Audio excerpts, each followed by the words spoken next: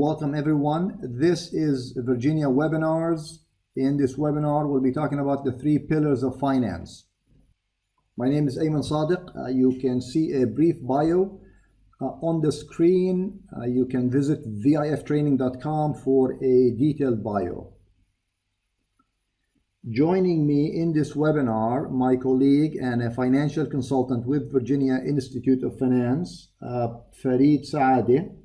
Farid will be moderating the Q&A, the questions and answers session. Hello, Farid. Hi, Ayman. Thank you for having me. Thank you. So during this webinar, we will have small stops where we will take your questions, and feel free to ask any questions related to this topic.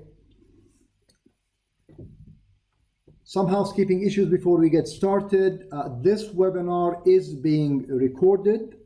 At the end, you will receive a link to this webinar and feel free to share it with your colleagues.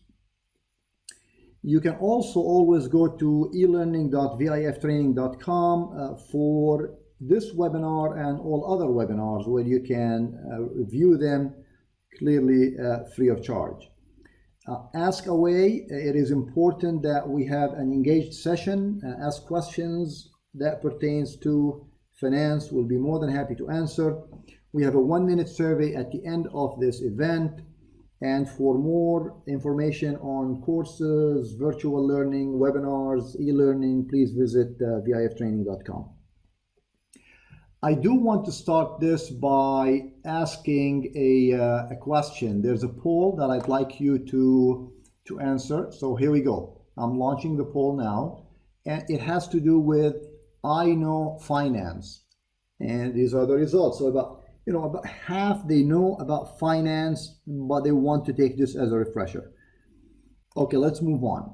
So with the housekeeping behind us, let's take a look at this. Now, we want to understand what finance is. And for us to be able to achieve that objective, it is imperative for us to understand accounting. Accounting is fundamental for finance professionals to understand what finance is all about. So I'm going to spend a couple of minutes on just accounting and what accounting does. We kind of look at finance as the big brother in that portfolio of finance and accounting. So let's take a look at this. So what is accounting? Accounting is simply defined as 2 words: recording and reporting. So an accountant or people working in accounting would record transactions using what we call debits and credits. Debits and credits are pretty much technical jargon accountants understand. In accounting, every single transaction that hits the books or that happens to a company must be either debited or credited. There are 7 rules of debits and credits, which we don't get into it because it's a bit technical. And there are what we call 10 accounting principles that every accountant needs to understand. So once they finish that reporting process, and the reporting process is an ongoing process, it's a never-ending process. And there are companies that will go through hundreds of thousands of transactions on a daily, weekly, monthly basis. Once we finish that process, then we move on to what we call reporting. So now the data has been recorded in the system. Then what do I do with it? I need to report on it. Now worldwide, there are 2 types of reports. There are what we call the financial reports and everything else reports. And the financial reports are pretty much defined in the metric that we use. These are defined by IFRS and GAAP. IFRS being the International Financial Reporting Standards, and GAAP is Generally Accepted Accounting Principles.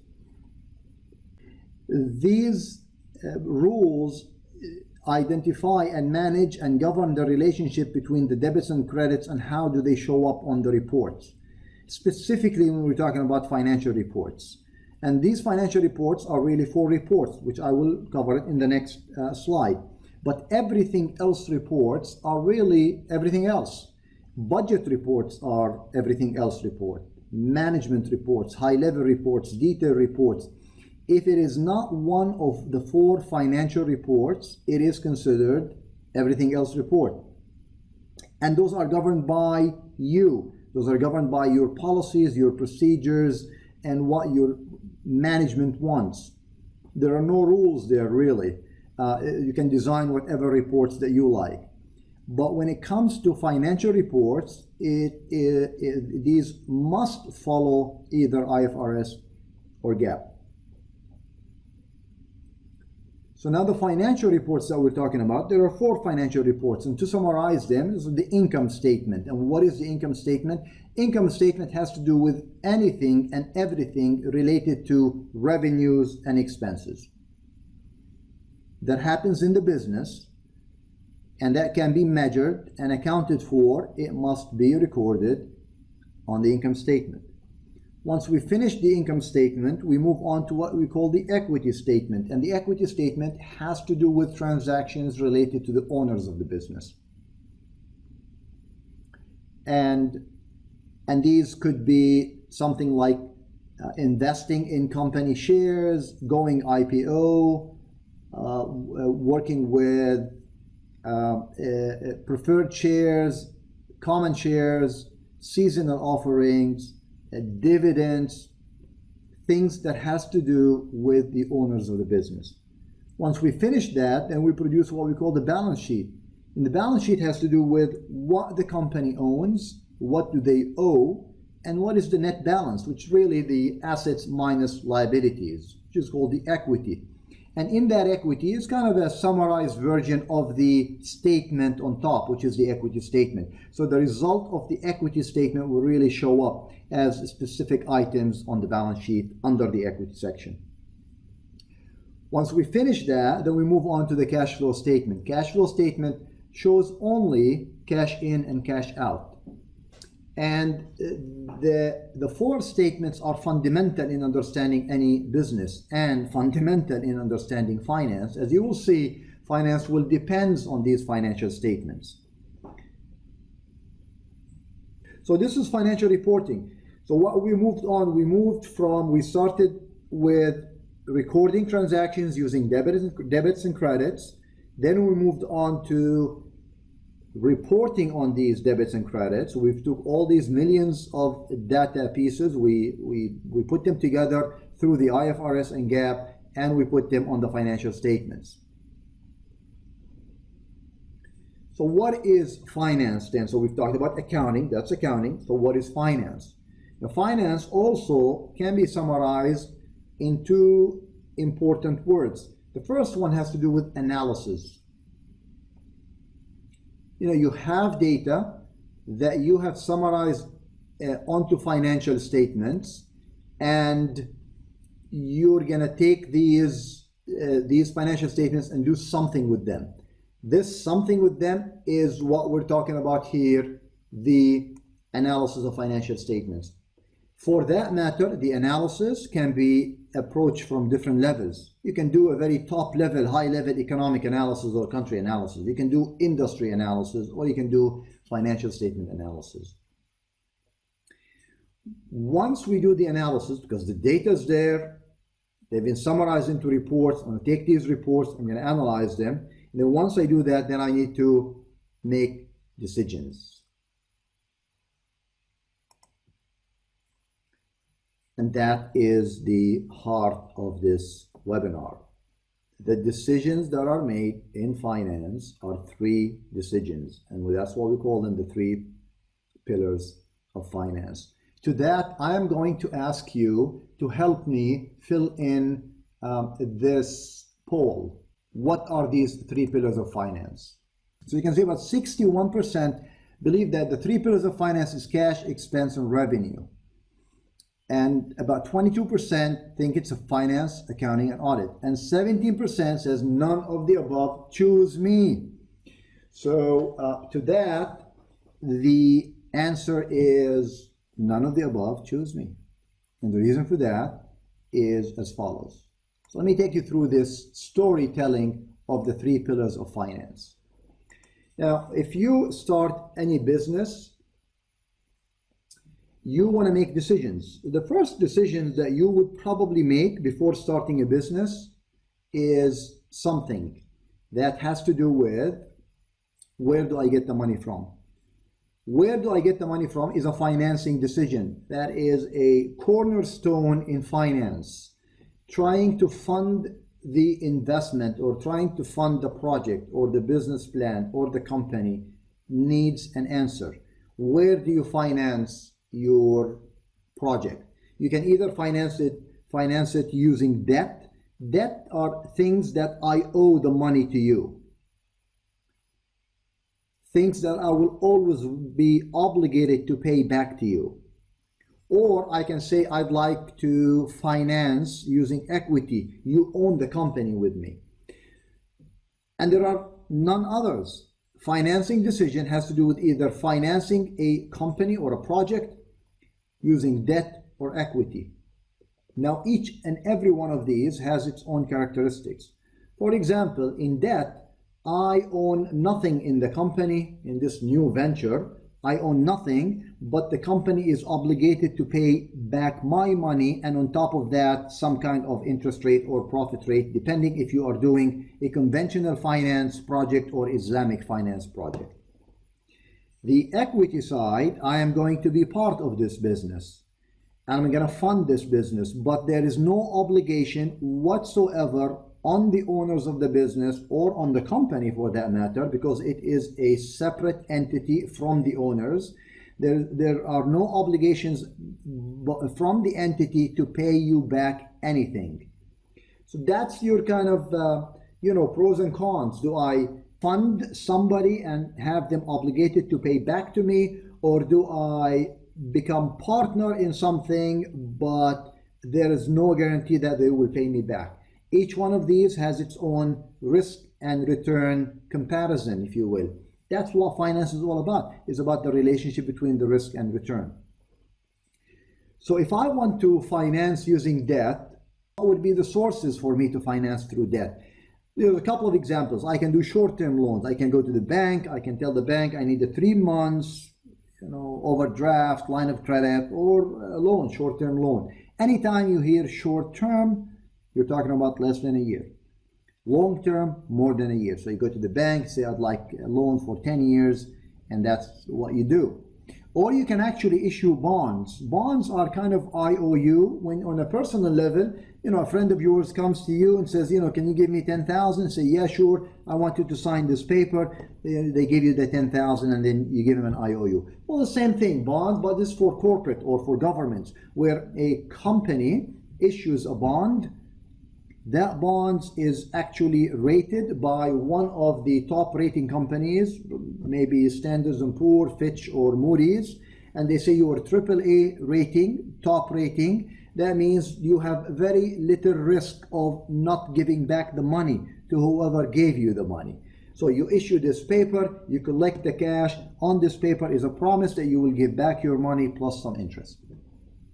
Or sukuk, and sukuk really is the Islamic part, is the Sharia compliant bond. We don't call it a bond, but it is called sukuk. It behaves the same as bond, but with Sharia compliant rules. So these are kind of important and very popular sources of funding when you want to go to debt. If you want to go to equity, how would I finance any new project, a new company? I have a new idea. I need to get money. Well, you can do what we call new shares, maybe an IPO. You have your own private company, and you've grown big enough. You want to collect, multiples of your existing cash or your existing equity. So you go public. You go to the stock market. You fill in certain required applications and paperwork, and then you go IPO, initial public offering or invitation for public offering, and then you would have millions of people sharing the company with you. They'll give you the cash, they'll be part owners, everybody has their own percentage of that company. Or you can do what we call seasonal offering. Maybe after you go IPO, and maybe after 5 years you want to do a big project, you want extra cash, maybe you will work out what we call a seasonal offering.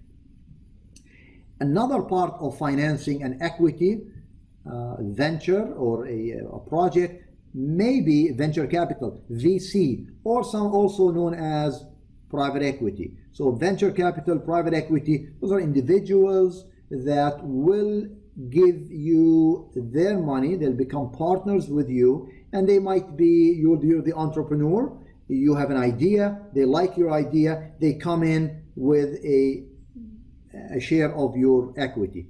They might help you in the policies and the procedure, in the guidance, in their expertise. You're the entrepreneur, you want to run the business, but you want some cash, so that's what we do. We do VC or PE. Now, venture capital are primarily for new, very exotic ideas, hasn't been tested in the market, so the risk is very high. Private equity may be funds for ongoing business, but you want to expand that business.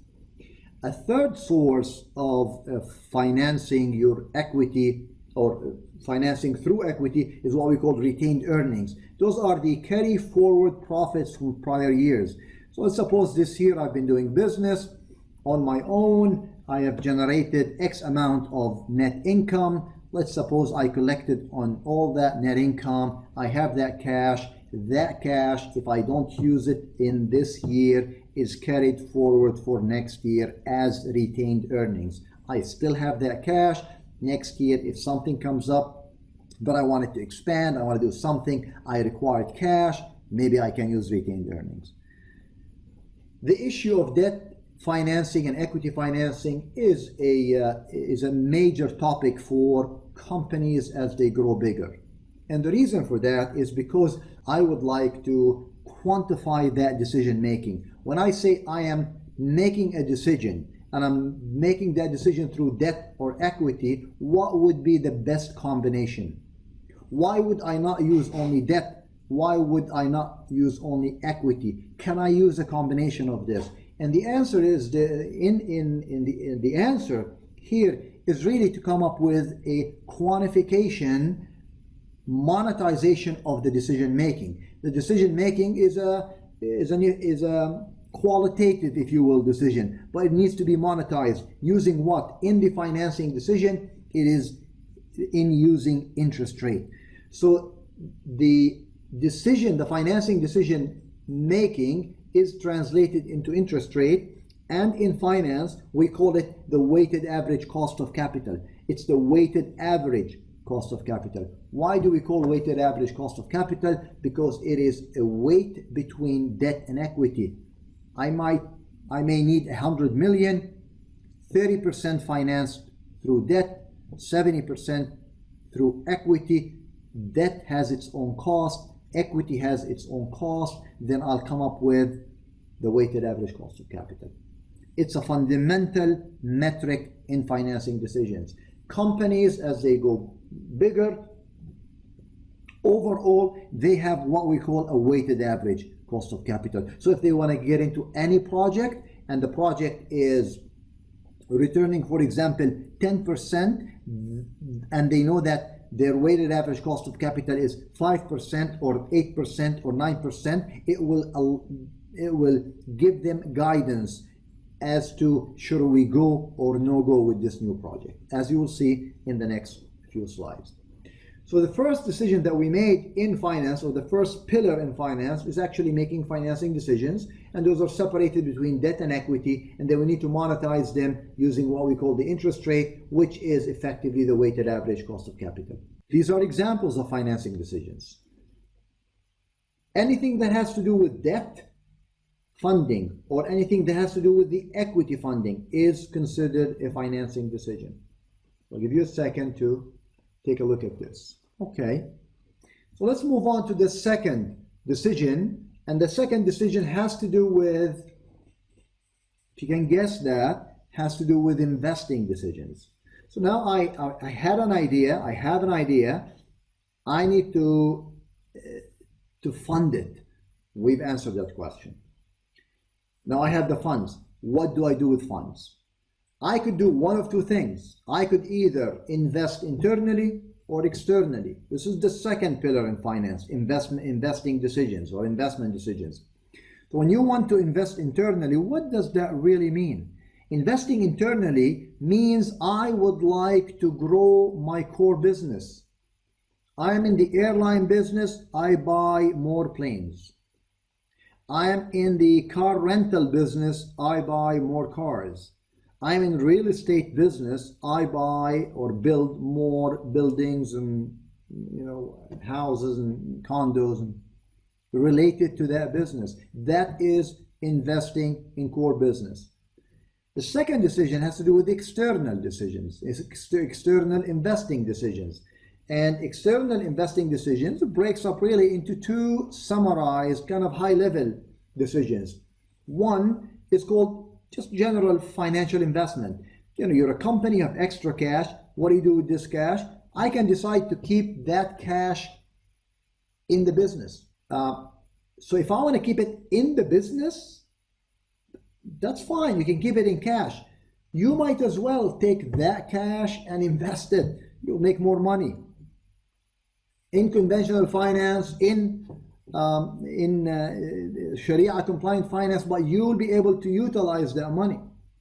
So if you put it at the bank, maybe you'll get 1 or 2%. Nowadays, the Fed rate is almost zero, if not zero. For the next 2 years, it's going to be zero.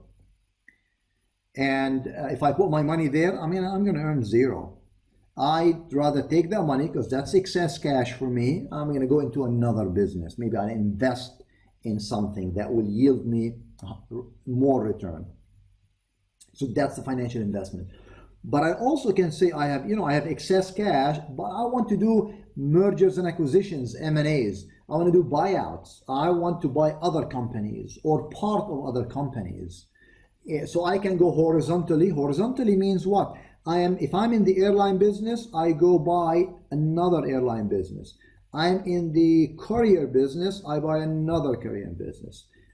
Amazon, bought Souq.com. Souq.com is a company established in the UAE. So Souq.ae. Amazon is in this business, it bought Souq.com, and it's horizontal mergers. Vertical mergers. Something that there are things that has to do with the supply chain. So for example, an airline business might purchase a food catering business.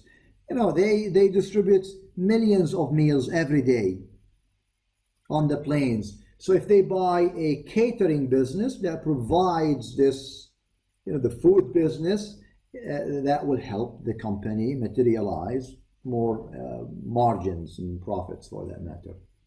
Or I can decide I have extra cash. I would like to buy another company not in the same line of business.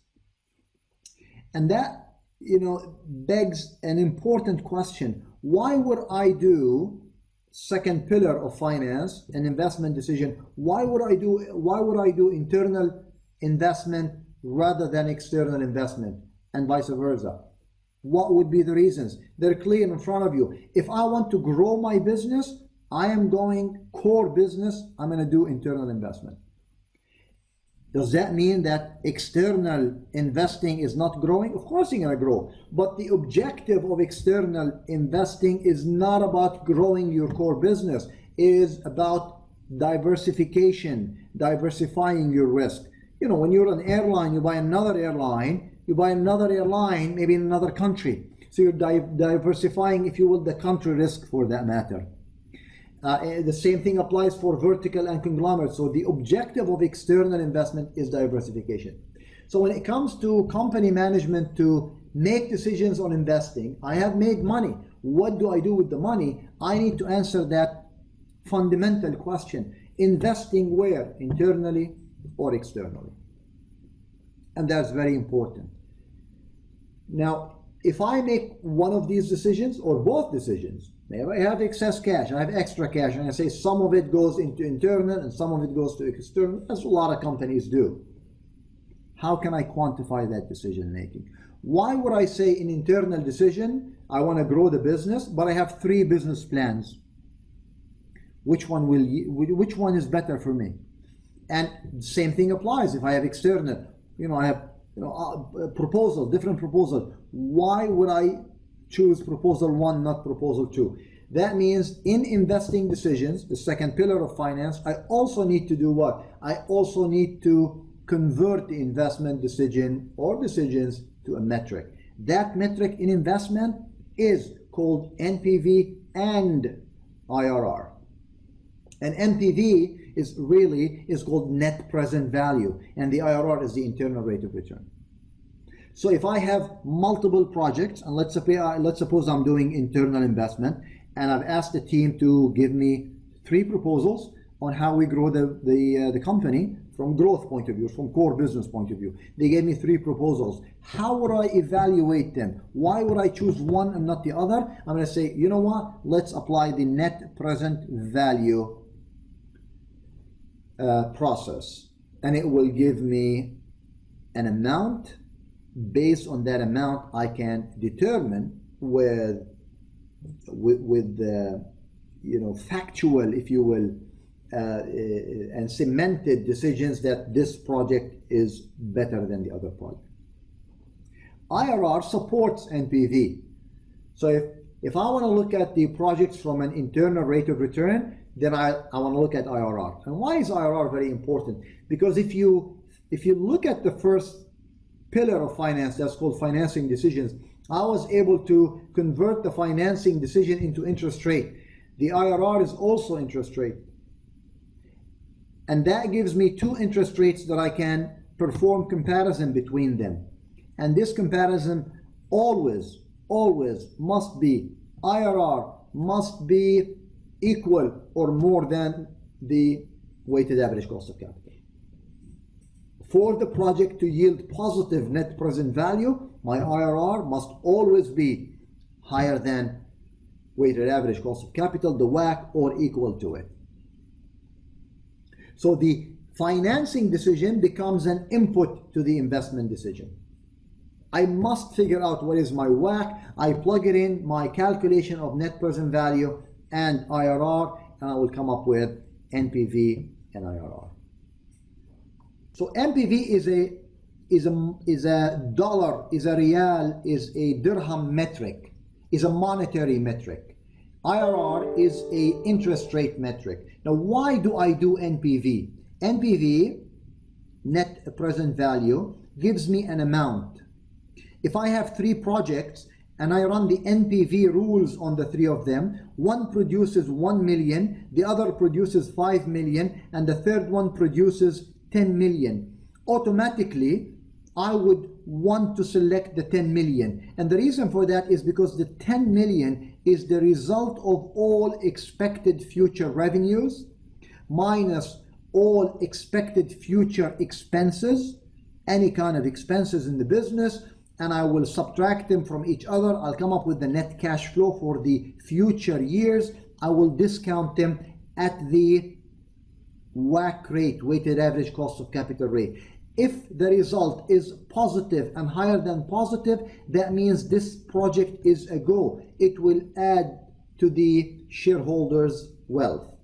If the NPV is negative, that means this project will not make its required rate of return. It will not make what I anticipate in making to the shareholders of the business. The IRR is the kind of the other face of the coin for the NPV. Here's why.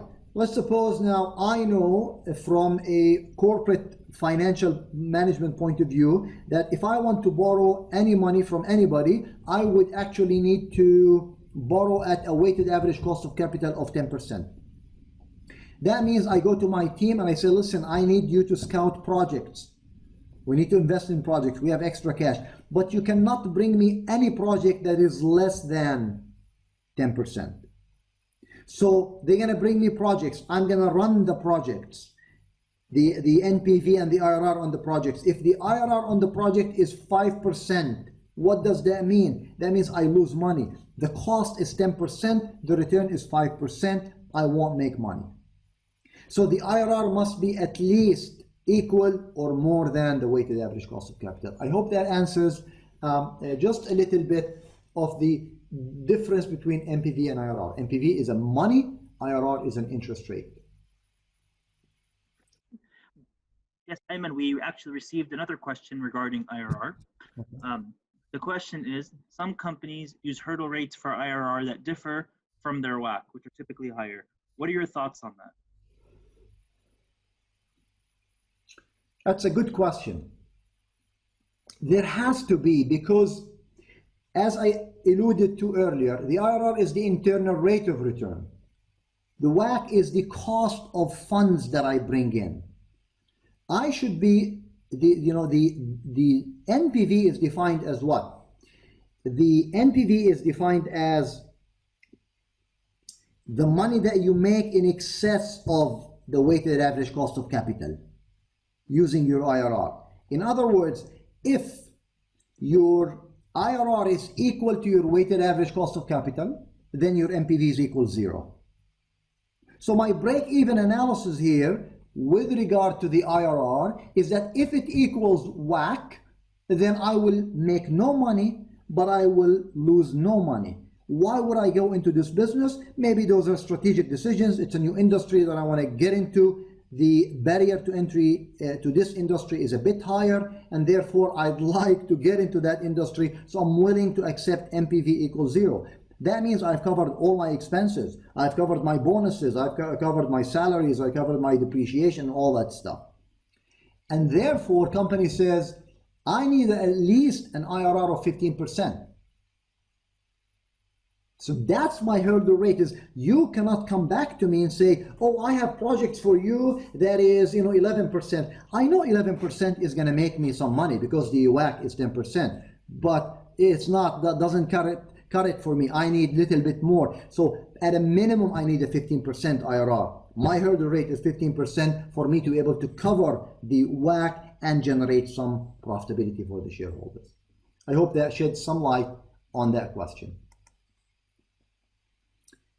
So now we've made decision on financing decisions. We've converted it to WACC. We've made investment decisions, internal, external. We know why we're making them. Either I want to grow or I want to diversify. And I can mix and match at my stage, at the life cycle of any business. You probably will focus on growing at the beginning, but then as you kind of plateau with regard to your industry, you start looking outside your industry, and that's where you start doing mergers and acquisitions and go into the external diversification. These are examples of investment decisions. All right, so let's move on. Operating decisions. That's the third pillar. Let me walk you through the story. So you've made a financing decision, you take the money, what do you do with it? Invest internally or externally. Why would I want to do that? Because there's an NPV and IRR. I pick that, I've invested. Now what do? You run the business. So in running the business, at the end of the day, for any business, the end of the day is usually 1 year. And that's why IFRS and GAAP says you need to produce financial statements, annually or periodically. Certain industries might have 18 months of lifespan on the annual report or the financial report. Well, majority of companies are fiscal reports that starts other than January, or calendar report or calendar year that starts in January, ends in December. So throughout this year, you have the money, you invested, now you're running the business. At the end of the day, at the end of the year, you're going to produce 2 important statements, part of the 4 statements. And you need to worry about, in operations, you need to worry about working capital and cash flow. What's the difference? Working capital management. Working capital has to do with your day-to-day use of your business. What do you use in your business? You use your receivables, you use your payables, you use your inventory, you use your cash, your accruals, in and out. You purchase, you manufacture, you sell, you collect, you pay, and that process keeps going on and on throughout the year. That process, working capital, is fundamental. In the third pillar says, what kind of working capital management decisions do I need to run the business with? And there are different levels. There are theories in working capital management, things that has to do with aggressive approach to working capital, or conservative approach or hybrid approach. Each one has its own characteristics on how do you work, how do you run the business, and where do you finance that part of the working capital from. The second part of running the business is just not running the operations. It is actually, what do you do with your cash? You have cash in, you have cash out. How do you manage that? To answer these two questions, or the translation is to quantify these decisions that you've made on working capital and cash flow. At the end of the year, you must produce two financial statements. One is called income statement and the other one is cash flow. Working capital decisions, so whatever you do with working capital will be translated on the income statement in the form of sales, cost of sale, and operating expenses. And we call this money on paper. And then we look at the cash flow, and the cash flow will be translated into a statement called cash flow statement. And we call this money on hand. And I would like to ask you a question before I move on here. And that question has to do with, if you were to pick only one statement to be the most important statement for you, and only one, would it be income statement or will it be the cash flow statement? So can you please answer that? Thank you. Here are the answers. So 65% believe cash flow is the answer, and 35% think that's the income statement. And I could have not agreed more than the cash flow statement. Cash flow statements is fundamental in the business. Income statement is extremely important, but cash flow is more important. The challenge here is as follows. You're running a business, and as you run the business, you will issue receivables and you will collect on the receivables. And that's when we're running the business, we record the revenues and we record the expenses. When we receive the cash or we pay the cash, that is called the cash in, cash out. What's the difference between income statement and cash flow? And what's the difference between income statement, balance sheet, equity statement, those three statements, and cash flow? Accounting rules, IFRS and GAAP says, when a transaction happens, you must record it, regardless of did you receive cash or pay cash. And that is called the accrual basis of accounting, نظام الاستحقاق في المحاسبة. Across the world, the IFRS and GAAP says when things happen, record it, not when you receive or pay cash. So when I deliver a service, I'm going to record that revenue has taken place. I haven't received a single dime from that sale. It matters not. And then I'm going to record the expenses associated with it. So on the income statement, I'm going to show the revenues, I'm going to show the expenses. How much of that do I have in cash? Probably nothing until I start collecting. And that's the income statement. So that's why we say income statement is money on paper.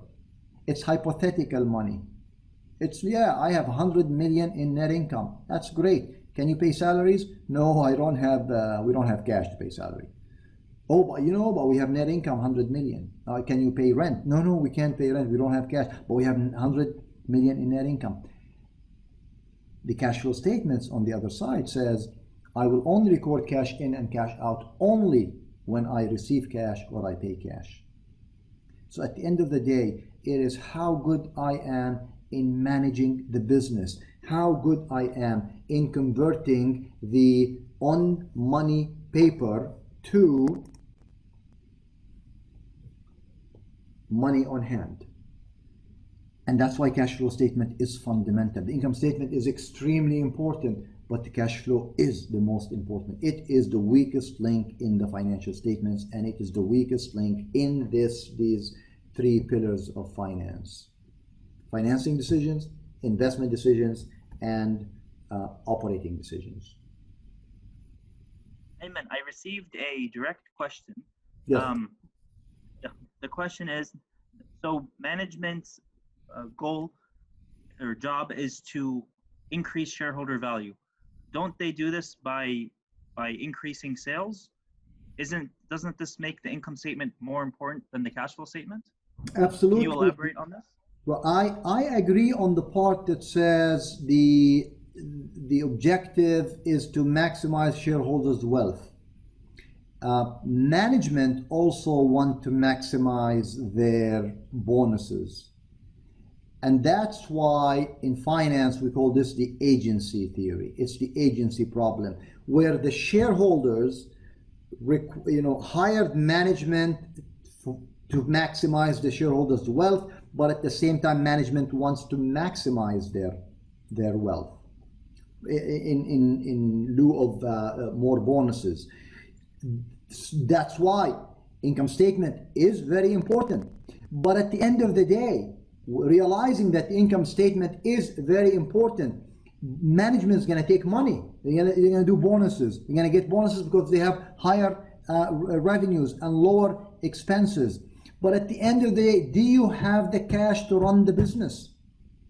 If I don't have policies and procedures managing my current assets very effectively and efficiently, collections of receivables, turnover of inventory very fast, probably, I'm not saying delaying the accounts payable, but moderately managing accounts payable. I need to be able to manage the cash flow, because without the cash flow, I won't be able to go back and say, oh, we're making lots of money. We're making lots of money on paper, but I need this to be translated into actual cash. I could be signing contracts in hundreds of millions, but I know that, and I record it on my books, which is not accounting. You cannot do that, but companies do that, and that shows that the income statement is very healthy. But when it comes to cash flow, you don't have cash flow to run the business, and that's why companies actually go belly up. They go bust because they can't run the business from the cash flow. So we're not saying that income is not important. It is important. A lot of the financial ratios that we run on the financial analysis is based on the income statement. But I need to realize that the conversion from an income statement to cash flow is fundamental for the continuity of the business. And it's a good question. Okay, so here are examples of operating decisions. Silverjet grounded amid cash flow crisis. The running business. It's a long haul from New York to London. They ran out of business because they could not fund they couldn't find $5 million of funding. It's just the cash. How do you manage cash? It's extremely important. And you can see the scandals with the accounting treatment. You try to beef up your income statement, but you realize you don't have cash, or misaccounting, you window dress, and that way it gets you into trouble. So in the final analysis, I have financing decisions, I have investment decisions, and I have operating decisions. Each one has been quantified. In the financing decisions, I quantify it to weighted average cost of capital. In the investment decision, I quantify it to net present value and internal rate of return. In the operating decision, I really quantify it in how much cash do I have. If you look really at the cash flow statement, you will see that the cash flow statement is structured in a way that relate back to the three pillars of finance. The cash flow statement is structured as cash flow from operating activities, cash flow from investing activities, cash flow from financing activities. So it's telling everybody, all users, by the way, you've made decisions throughout the year, and the result of these decisions has to be transformed into cash, and these are the result of your decisions on the cash flow statement. We take these results and we try to forecast our key performance indicators. We do what-if analysis, scenario analysis, different scenarios, and then we make decisions again. That's why every year we run these reports and we perform these analyses, and we do planning for next year decisions. Any questions? I see a comment says yes. The realization of your success with healthy cash flow. Absolutely, that's right. Now let me take you this. This is kind of the finale of this. We've said that in finance there are three decisions: financing, investing, and operating. And these will transform into these statements: income statement and balance sheet. So the result of the operating, investing, and financing show up on your income statement and on your balance sheet. How do we do that? Here we go. So the operating decisions are always shown on the balance sheet, current assets and current liabilities. That's it. And they're shown on the income statement. So anytime you're thinking operating decisions, look at your current assets, look at your current liability, and look at your income statement. If you want to look at your investment decisions, investing decisions, then go to your non-current assets. Those are the fixed and the intangible assets. Those are the result of the decisions that you've made from an investment point of view. Internal or external, they will show up here. And if you want to figure out what you've been doing with your financing decisions, go to your non-current liabilities and go to your equity. That's where it tells you where are you getting your money from and how are you managing your money.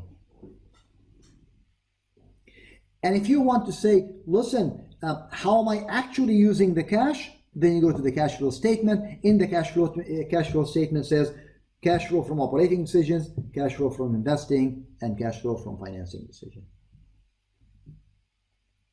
We're a few more minutes. We're at 4:53. So if you have any questions, feel free. So far we've got really important and core questions.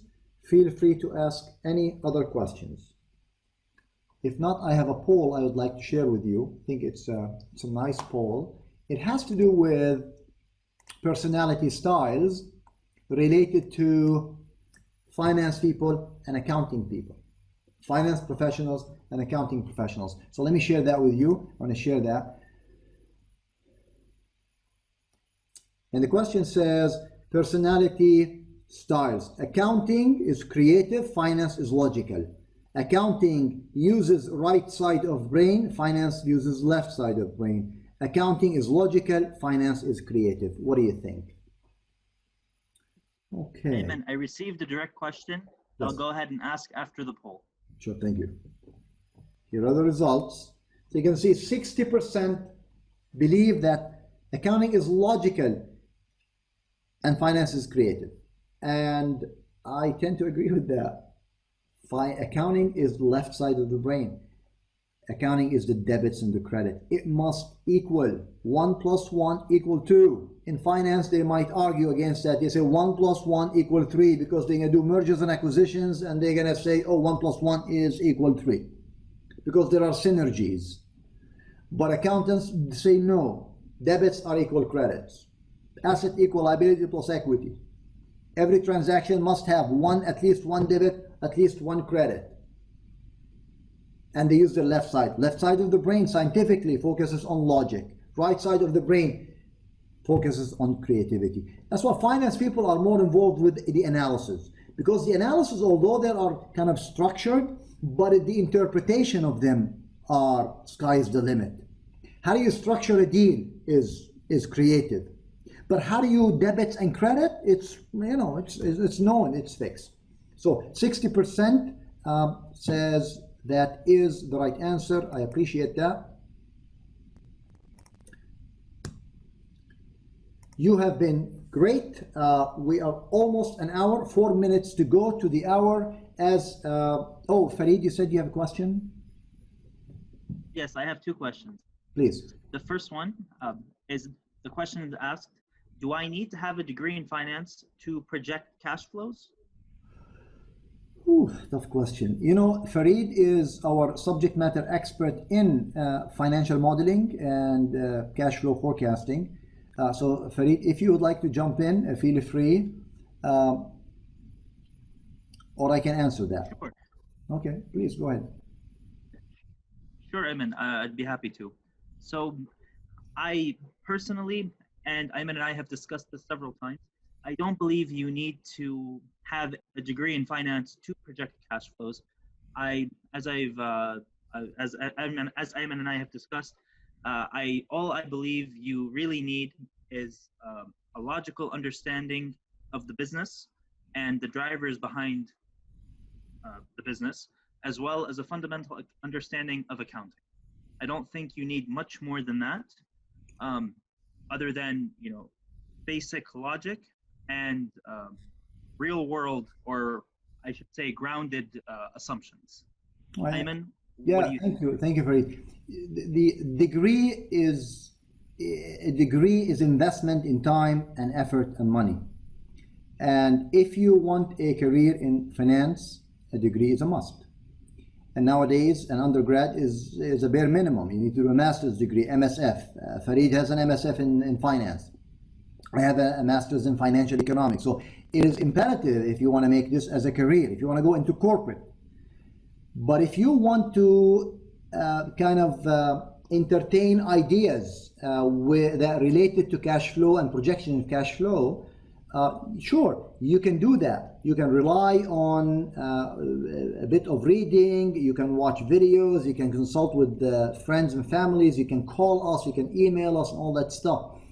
But at the end of the day is what you want to do with that cash. If you're doing a personal projection of cash flow, you want to figure out what, your cash in, your salary, subtract rent and utility and all that stuff, you don't need a degree in finance. But when you want to go into corporate, degree in finance is a must for you. Not to mention that you need to, if you're in corporate, you need to do something in CFA, CPA, and those kind of certification. But just to project cash flow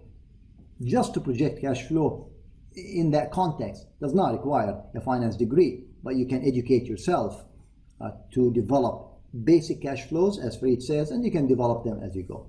I hope that answers the question. Is there another question? Yes, I had a question sent to me directly, Okay. and it was asking about the 3 pillars of finance.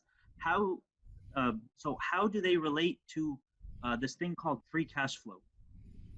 Free cash flow. So the free cash flow is a process. It is not a concept. Yeah, it is a concept, but it's a process within a managing or working with corporate valuations or cash flows.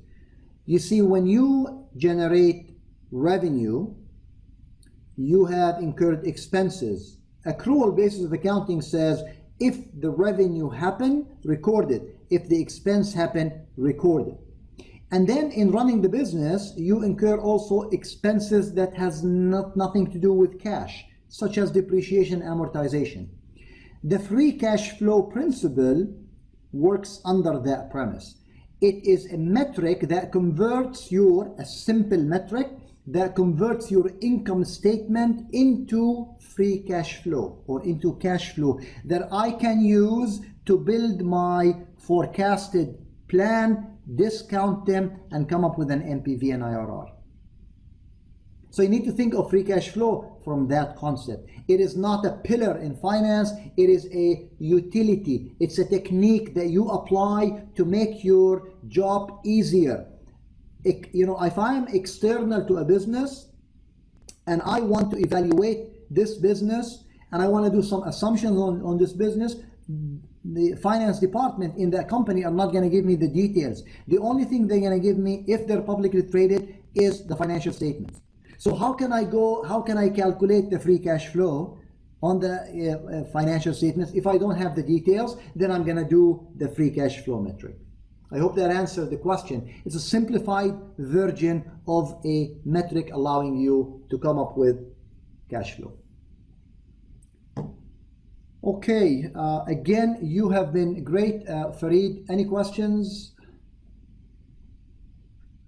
No, it looks like we've answered everything. Thank you, everyone. Another minute or so. Yep. Thank you. We appreciate it. You can always go to www.viftraining.com. You can email us at courses@viftraining.com.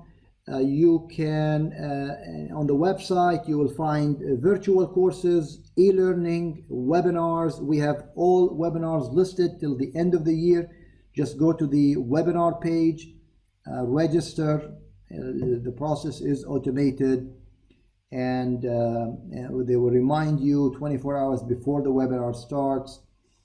And if you have any other questions, feel free to communicate with us. Thank you for staying with us for this hour after work. We hope to work with you on other Virginia webinars. Thank you very much.